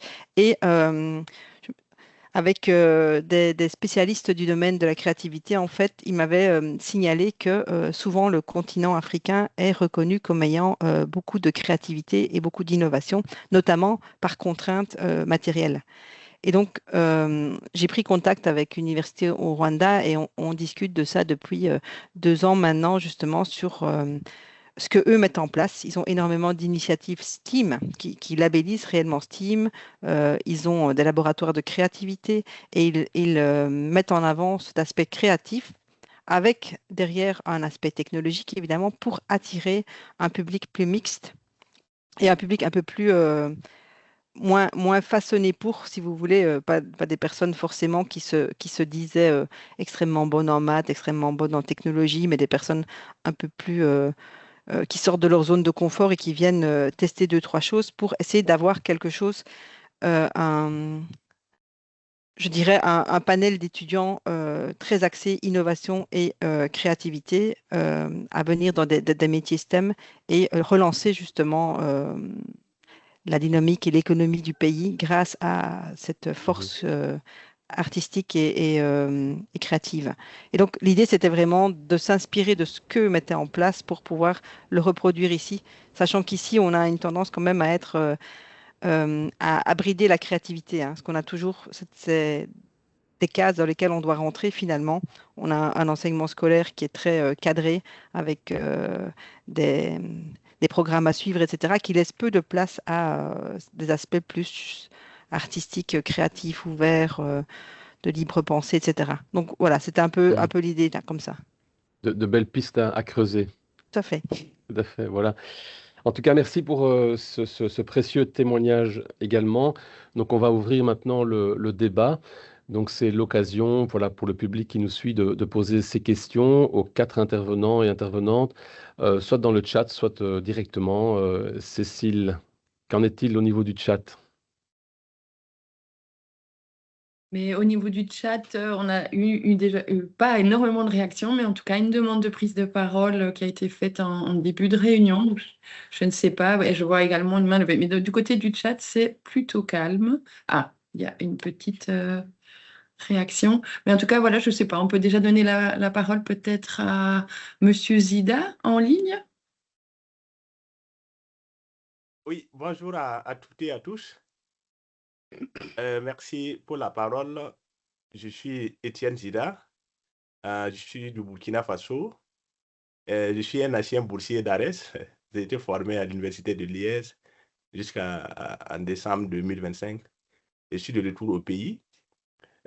Moi, ma question s'adresse à Madame Linda.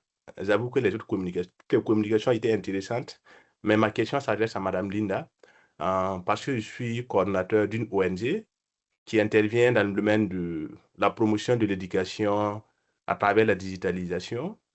nous avons développé une application d'apprentissage en langue nationale chez nous, dans 4 langues. Et le projet pilote est en train d'être mis en œuvre actuellement au niveau de la région du Sahel. Nous sommes presque à la fin de ce projet. Et au cours de ma formation à l'université de Liège, ce qui m'a intéressé, c'est beaucoup plus la pérennisation du projet.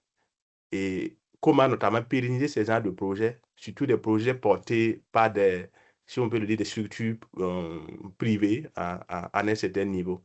Bien vrai qu'au cours de la formation, ça m'a permis de pouvoir identifier des leviers d'action, mais aussi de savoir quelles sont les contraintes nécessaires. Et surtout avec le professeur Daniel Faux, qui était le coordinateur de la formation, j'ai pu notamment aussi apprendre les 6 ports d'entrée pour pouvoir aller auprès des acteurs concernés pour le projet. Mais j'avoue que dans la pratique, ici est toujours qu'on puisse s'inspirer de ce qui s'est passé ailleurs pour pouvoir mieux faire. Donc, moi, ma question concerne la pérennisation du projet. Comment pérenniser ces genres de projets, surtout par rapport à ce que vous avez eu à faire. Merci bien.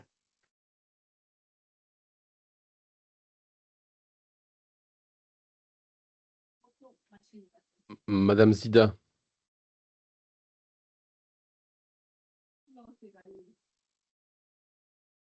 Oui, c'est Monsieur Zida. Non, pardon, non, je disais Madame, excusez-moi. Madame Linda. Madame Linda, excusez-moi. Moi, je me disais, est-ce qu'on on recueille tout un tas de questions ou on répond directement? Je ne sais pas quelle est la méthodologie que Cécile a voulu. Moi, je vous propose de répondre directement. Je pense que j'aurais pu regrouper les D'accord. questions s'ils avaient été écrites dans le chat. Ici, je ne suis pas sûre qu'elles aient toutes les mêmes thèmes, donc je vous propose d'y aller. OK. D'accord. Merci beaucoup, monsieur le coordinateur, et félicitations pour votre thèse et votre retour au pays. Et votre question, c'était comment pérenniser justement les initiatives locales et les rendre plus durables. C'est vraiment une question à laquelle nous n'avons pas encore de clé de solution. Pourquoi? Puisque, et ça c'est partout, hein, c'est pas seulement sur le continent africain, même en Europe, il y a beaucoup de startups qui s'arrêtent à l'étape de start-up et finalement, tout ce qu'ils innovent, toutes les innovations qui ont émergé de leurs initiatives ne sont pas happées au niveau institutionnel pour atteindre un grand nombre. Ce que nous faisons ici avec nos startups ou nos incubateurs, c'est que nous nous intéressons déjà à la base, donc au niveau de l'élaboration du projet, nous intéressons déjà les cadres institutionnels qui soient informés de ce que l'on fait, qui soient ne fût-ce qu'informés de ce que l'on fait et qu'ils aient comme ça un rapport qui les mette à jour sur toutes les innovations et toutes les découvertes que nous avons ou que nous trouvons. Mais nous travaillons également avec des instituts de recherche. Pourquoi? Puisqu'on sait que justement les instituts de recherche intéressent l'institutionnel, intéressent le politique. Et donc, on sait que c'est la porte d'entrée. Si au niveau de la start-up, il y a des choses intéressantes et que c'est soutenu par des recherches de type terrain, des recherches scientifiques, ça pourrait avoir encore beaucoup plus de poids quand on va faire un plaidoyer pour aller dans ce qu'on appelle la mise à l'échelle. Mais c'est vraiment cette démarche que l'on fait en amont. Donc, ce que je vais vous proposer, peut-être que là, vous êtes déjà vous avez déjà une allure au niveau de votre ONG, c'est d'essayer vraiment de rassembler tout cela et de vous faire accompagner d'une équipe qui est proche d'un institutionnel, d'un politique, puisqu'on le sait, ça fonctionne avec le politique aussi, ça fonctionne avec les privés qui ont l'argent. Et donc, c'est d'accompagner ce genre ou de se faire accompagner de ce genre d'individus, donc de la recherche, qui qui devraient soutenir vos découvertes ou vos initiatives de terrain et pouvoir en parler aux personnes qui peuvent agir dans la durabilité. Puisque là, j'avoue que c'est très difficile d'avoir une clé qui permet de solutionner tout ce genre tous ces problèmes, mais c'est ce que nous faisons. À notre niveau, toutes les startups, tous les incubateurs, nous sommes associés directement à un organe politique, à un organe académique pour pouvoir justement soutenir et accompagner dans la durabilité les initiatives locales et situées.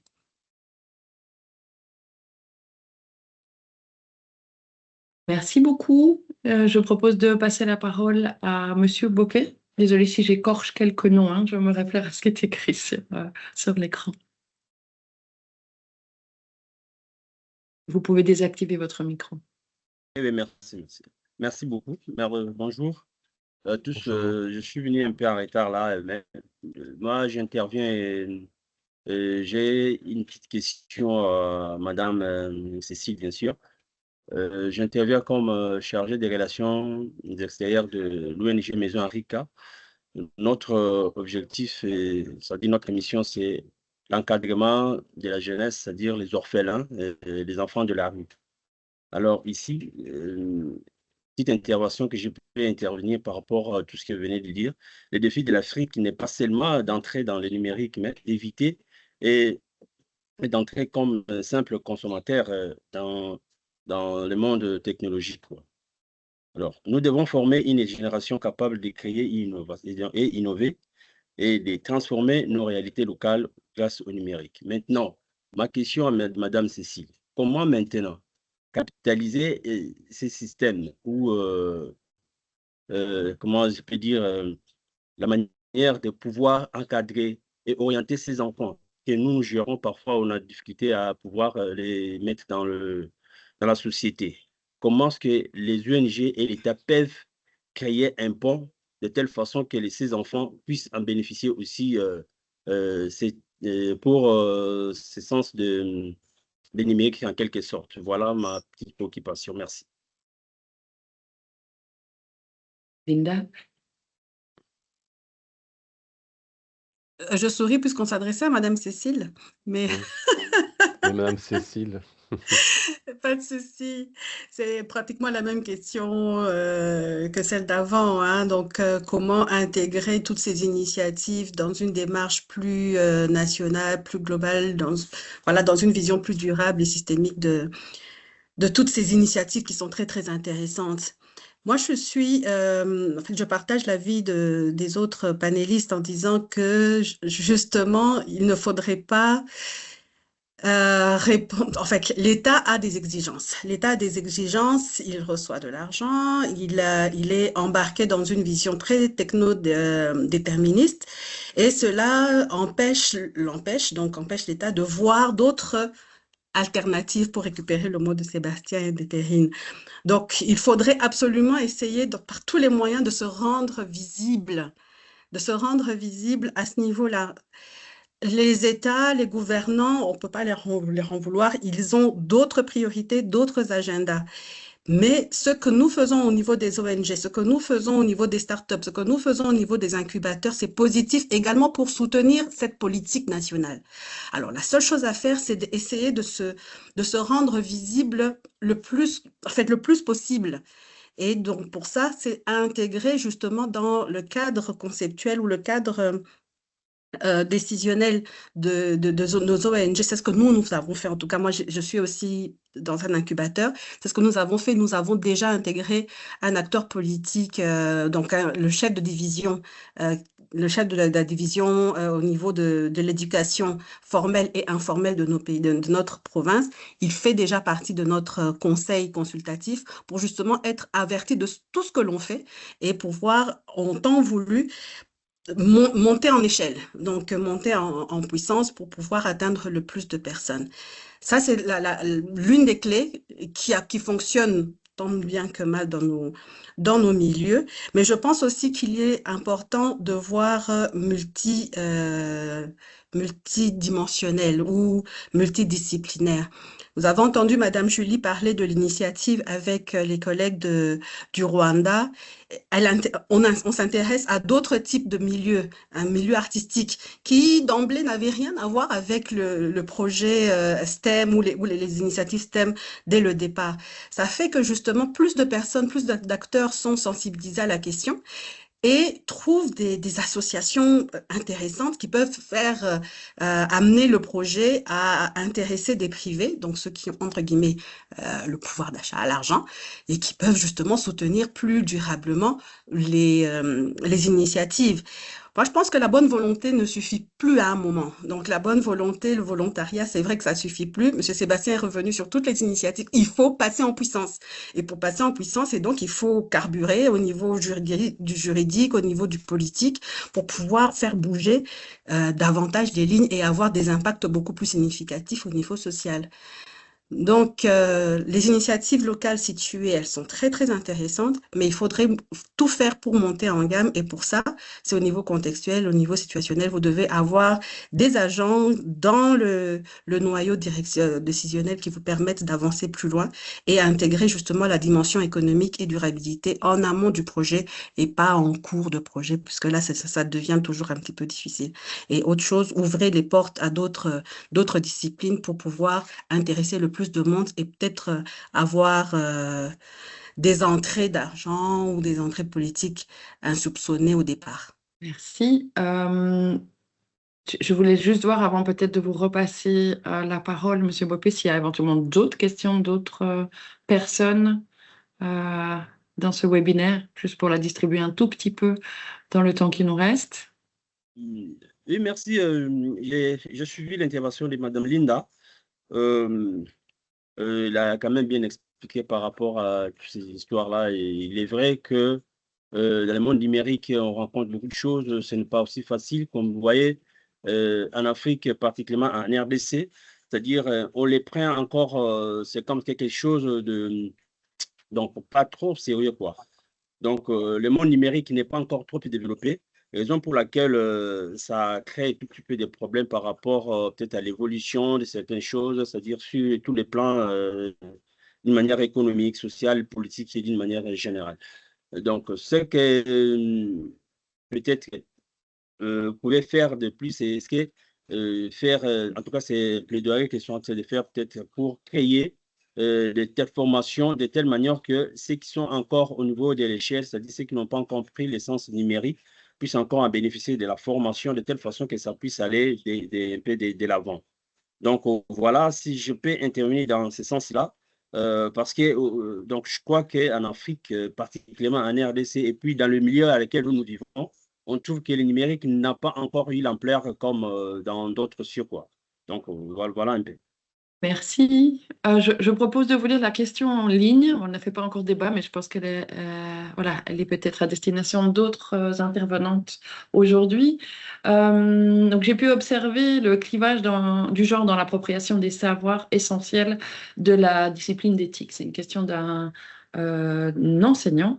Comment les différences de genre influencent-elles l'appropriation des savoirs essentiels en informatique et éthique chez les élèves du secondaire et quel dispositif didactique permettrait de réduire ces inégalités d'apprentissage? Je ne sais pas si c'est Perrine ou Julie qui souhaite éventuellement y répondre. Oui, moi je ne sais, là comme ça d'emblée, je ne sais pas bien répondre à cette question. Je reconnais, je n'ai pas de réponse clé sur porte à apporter, à donner.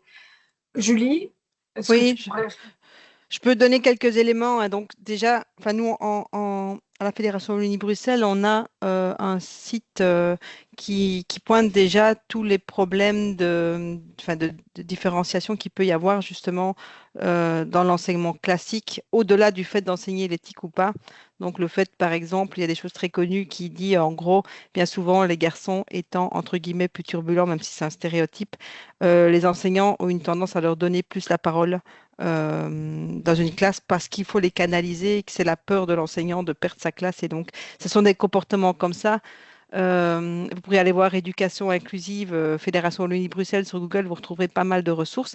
Après, en ce qui concerne essentiellement justement l'informatique et les technologies, je pense que c'est dans le discours et dans ce que je disais tout à l'heure, c'est la façon d'aborder aussi. Donc, ce n'est pas forcément voir l'informatique en commençant, vous savez, si on fait de la programmation, on va vous dire, vous allez programmer dans un langage particulier et le premier exercice qu'on fait, c'est une calculatrice. Ben, ce n'est pas très folichon, une calculatrice. Je comprends, moi, que ce ne soit pas forcément le truc le plus attractif du monde. Il y a moyen peut-être aussi, dans les exercices qu'on fait faire lorsqu'on fait de la programmation, d'aller chercher des choses qui ont un impact sociétal ou tout cas qui se rapporte à quelque chose qui fait sens aussi pour les filles. Je dis aussi pour les filles parce qu'évidemment, il y a aussi des garçons qui ne sont pas attirés non plus par des calculatrices ou ce genre d'exercice un peu très technique comme ça qui laisse paraître très peu de créativité finalement en informatique. Donc, une fois encore, c'est un petit peu ce qu'on a dit tout à l'heure, hein, c'est en ouvrant aussi en ne se limitant pas à des cadres extrêmement stricts et rigoureux qui sont souvent liés à la technique, alors que finalement, la technique, on en a partout dans le monde autour de nous. Et ici, on a parlé de pas mal de plateformes qui justement ont des impacts sociétaux et qui sont liés au grand public et qui permettent d'aider les personnes dans des démarches administratives, ben voilà, ça peut aussi être des exemples de ce style-là. Donc moi, je serais plus à dire que c'est aussi dans la façon de présenter le domaine et de présenter la matière qu'on peut faire la différence. Merci beaucoup. Je faisais quelques recherches en ligne pour trouver le site, mais j'imagine que vous pourrez nous le communiquer et nous-mêmes, on le recommuniquera aux participants. Ou si vous l'avez, n'hésitez pas à le mettre dans le chat. Je regarde mon collègue Pierre. Est-ce qu'on prend encore une dernière question ou bien on a déjà dépassé un peu le temps? S'il y a une dernière question, on peut la prendre. Sinon, on peut clôturer progressivement ici le webinaire. Si tu vois une main levée, non, je ne pense pas. Non, il n'y a pas de main levée numérique en tout cas. Ah, voilà, merci pour la référence. Voilà. Elle est désormais dans le chat.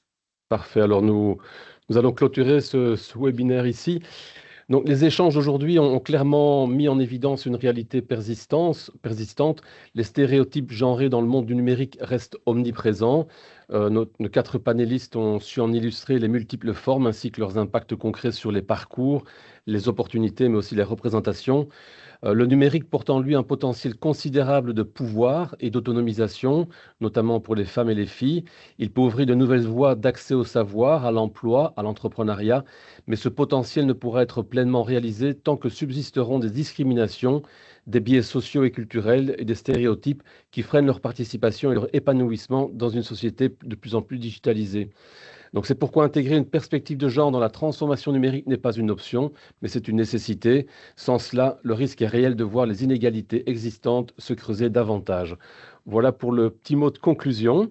Merci à nos 4 panélistes du jour. Merci également à vous, le public, d'avoir participé à ce webinaire. Notez déjà que les 2 dernières dates de ce cycle auront lieu les 14 octobre 2026 avec comme thème le numérique et l'environnement, concilier innovation et durabilité.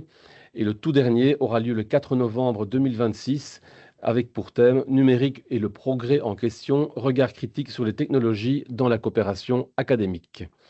Voilà, merci Cécile pour ta participation. Merci également à notre collègue Simon qui a préparé ce second webinaire avec nous. Et nous vous disons tous à très bientôt pour d'autres webinaires. Bonne journée à tous. Au revoir, merci beaucoup. Au revoir, Merci, à bientôt. Bonne journée. Bonne journée. Merci.